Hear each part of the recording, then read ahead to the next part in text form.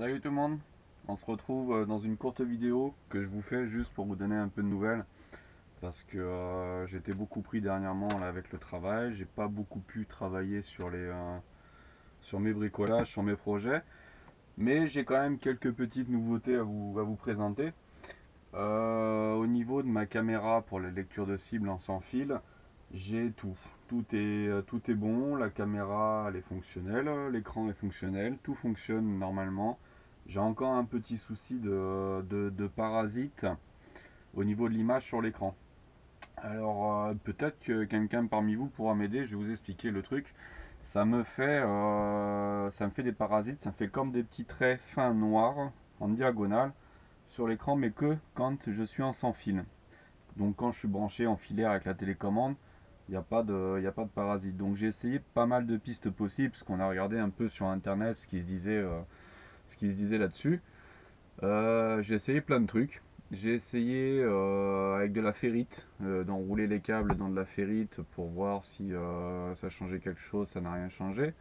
J'ai essayé d'isoler l'émetteur avec de l'aluminium, ça n'a pas fonctionné. Ah, les trucs qui vont peut-être vous paraître ridicules, hein, mais bon, au point où j'en suis, j'essaye tout ce que je trouve sur internet, hein. J'ai essayé de torsader les câbles d'alimentation entre eux en isolant le câble jaune, donc pour l'image, ça n'a pas fonctionné. J'ai essayé d'alimenter la caméra et l'émetteur avec deux batteries différentes, donc qui ne soient pas avec mon Y comme j'ai fait dans mon montage normalement, ça n'a pas fonctionné. J'ai essayé, la dernière chose que j'ai essayé, c'est au niveau de l'écran parce que j'ai branché en fait. Attendez. Moi j'ai branché mon récepteur derrière, quoi, il est fixé dessus. Je pensais que c'était lui qui venait faire des interférences avec l'écran, je l'ai isolé avec une feuille de plomb, donc on ne peut pas faire mieux pour les ondes, ça n'a rien changé. Donc j'avoue que là-dessus je sèche. Il me reste une dernière piste, a priori l'antenne, les antennes qui sont fournies d'origine avec les émetteurs et les récepteurs ne seraient pas d'une qualité extraordinaire, il est possible que ça vienne de là. Donc je vais voir, je vais peut-être commander une antenne, ou les trois, je sais pas, je vais voir ça, et puis je vous dirai. Bon après, je suis pointilleux si vous voulez, là, en l'état comme ça fonctionne, on peut très bien faire de la lecture sur cible, ça dérange absolument pas.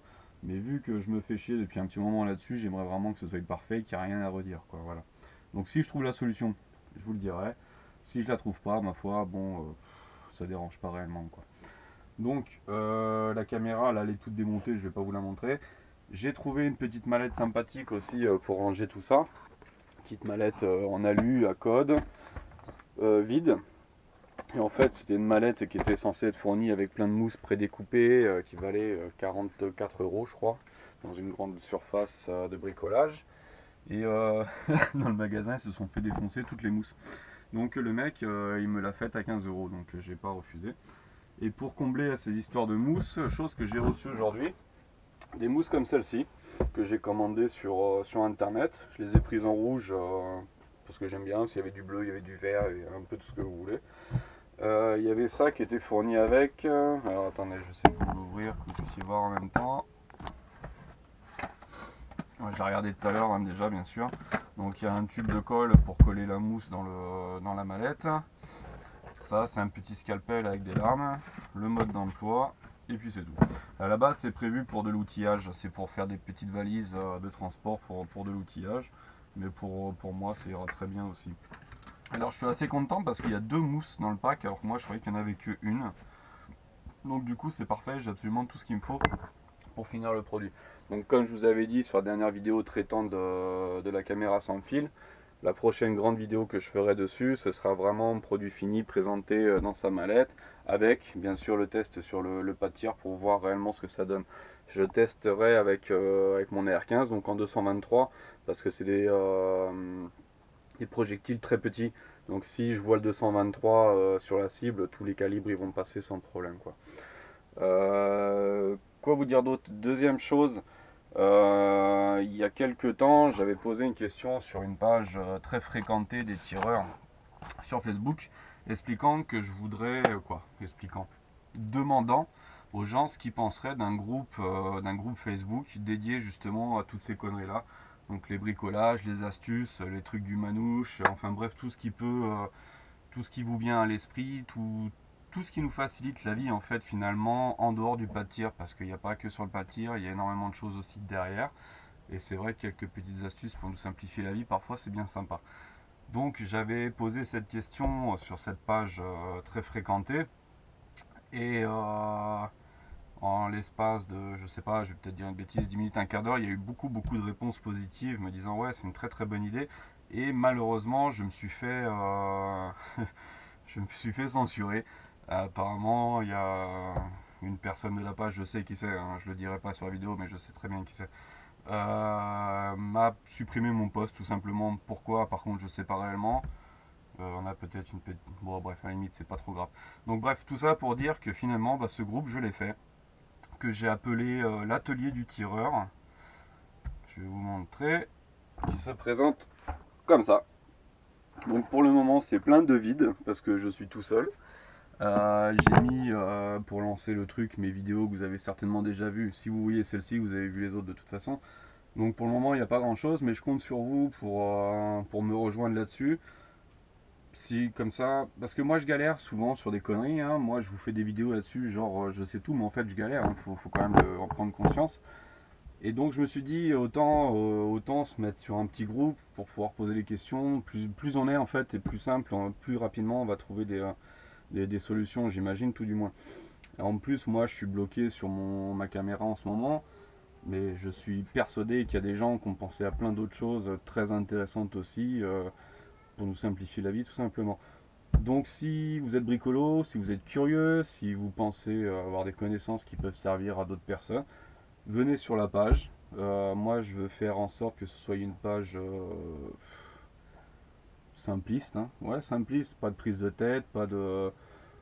Voilà, je veux faire un truc cool, comme si on était entre copains, on s'aide entre potos, on se donne des conseils, on bricole, on s'amuse, enfin voilà quoi.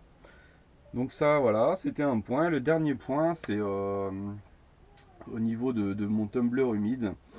Depuis que j'ai fait la vidéo, il y a beaucoup de personnes qui me demandent ou qui demandent à d'autres personnes, mais je le vois aussi, comment on peut séparer les douilles des pins inox. Et bon, j'avais fait une première vidéo là-dessus, c'est vrai que c'est la merde, quoi, c'est la merde, c'est chiant, c'est vraiment chiant. J'ai essayé 2-3 trucs qui n'ont pas fonctionné et j'étais parti sur un nouveau délire, une espèce de tambour, espèce d'essoreuse, on va appeler ça une essoreuse. Et en fait, c'est super casse-couille parce que je suis pas du tout équipé pour travailler le métal, et plus particulièrement pour faire les pliages. J'ai vraiment rien de rien. Donc je vais être obligé d'abandonner cette idée-là.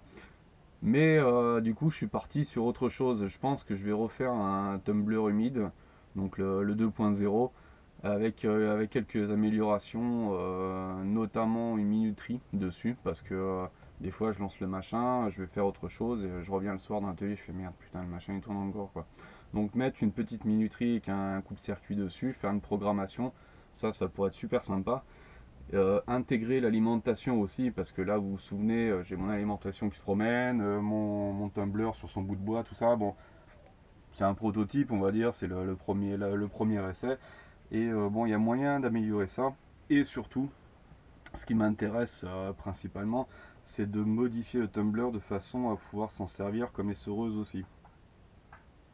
Que je ferais dans l'idée, ce serait de refaire un deuxième cylindre identique à celui existant pour laver, mais cette fois-ci le perforer de partout en fait, faire un système dans le châssis, un système de rampe en forme d'entonnoir pour emmener les pins au même endroit avec un petit bac récupérateur en dessous quoi. Donc, bon, je sais pas si vous imaginez si vous arrivez à voir ce que je veux dire, moi je me comprends très bien en tout cas.